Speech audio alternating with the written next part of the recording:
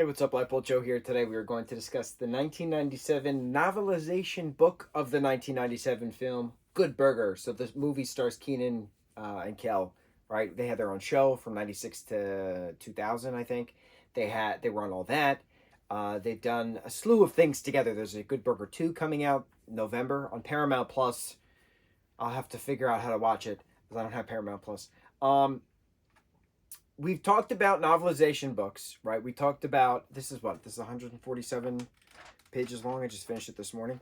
So, in the midst of prepping for Halloween and decorating and Halloween block party, which we had, and I have not been able to sit and read as much as I have in regards to I was plowing through those Goosebumps books, but I kind of had like a goal in mind of set time frame. And then when I picked this up, because this is next to my TBR, and I have four left, and then I have two specific Rick Riordan books I need to read, and then I have Stranger Things books. So I have like a TBR list to go down, but like I have no deadline, if you will, like to be read by TBRB. I don't have that. It's just a to be read list. So I think that's why I'm not pushing myself to read as fast as I did with the Goosebumps books, I think. Anyway, this is so cool. It's a great novelization. We just talked about the Pirates of the Caribbean novelization, Curse of the Black Pearl. We talked about a Hocus Pocus novelization. So this is technically the third novelization book that we've read. I really like novelization books. I gotta talk about it. I've never been a part of this category within reading.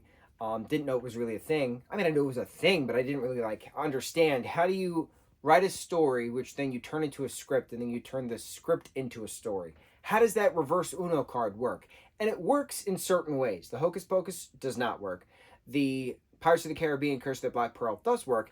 And Good Burger works. This is my original book from when I was in, what, 7 years old? I was 7 years old in 97, so what is that, second grade? Third grade? Something like that? I remember seeing Good Burger in the movie theaters, in the mall, back in the day, when the mall existed. With my mom and brother, and they were playing it opposite a Scream film in the same theater, and we were like, are they playing the Scream film? Are they going to play Good Burger? What did we actually just pay for? It was hysterical. I remember it very distinctly. It was a great time. So this novelization is great, and the author who did this, his name is Joseph Locke, and Joe Locke is a very massive actor right now within different productions on Netflix and Marvel/Disney. So it's funny seeing the same name, but clearly it's not the same person.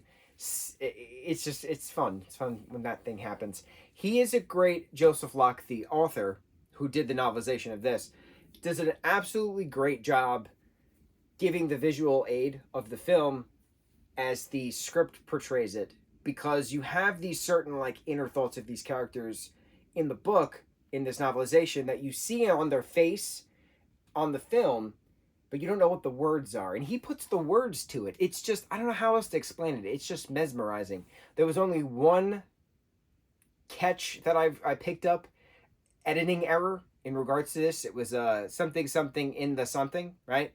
But it said something something in the something. And I was like, oh, that's a big overstep. Who did this? Shame on you.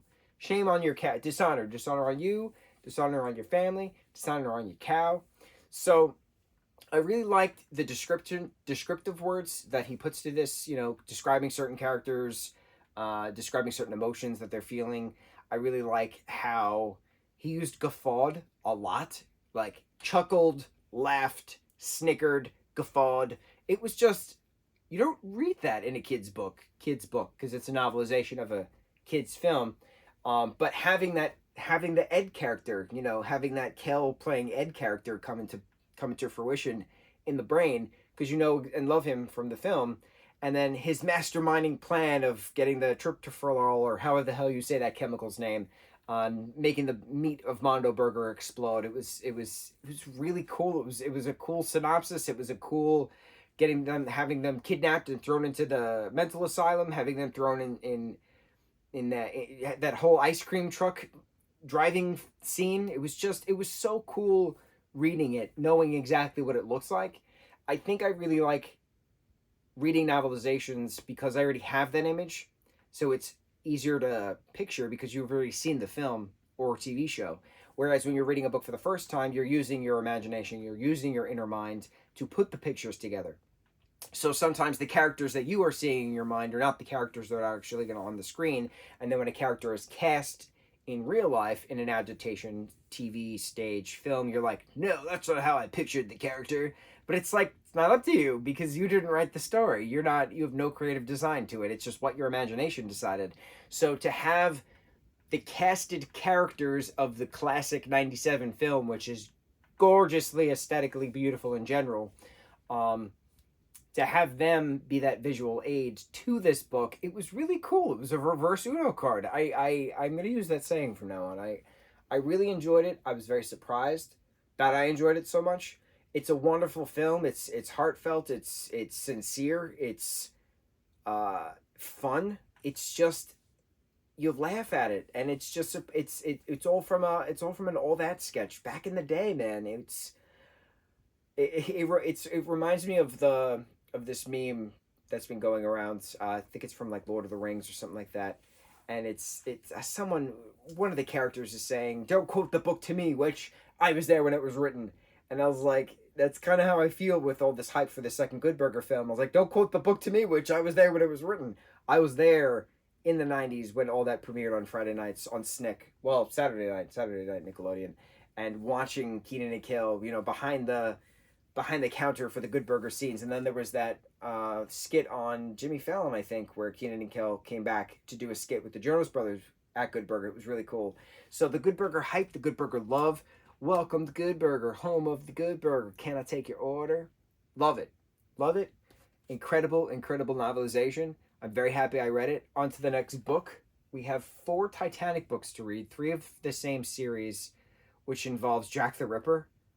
And then the other one is the zombies on the Titanic. Bro, I've read these before when I was younger, and I need to reread them again. They're in my list. And I was like, bro, we're talking about books now. We gotta read these books, because these books were wild. I remember distinctly going, because it's all timelined when with the Titanic, hit the iceberg at this time, and slowly in the water at that time, and what's happening between, and bro, it's wild. The 2 books separate are wild, but reading them back to back is going to be even wilder. I can't wait. I'm very excited.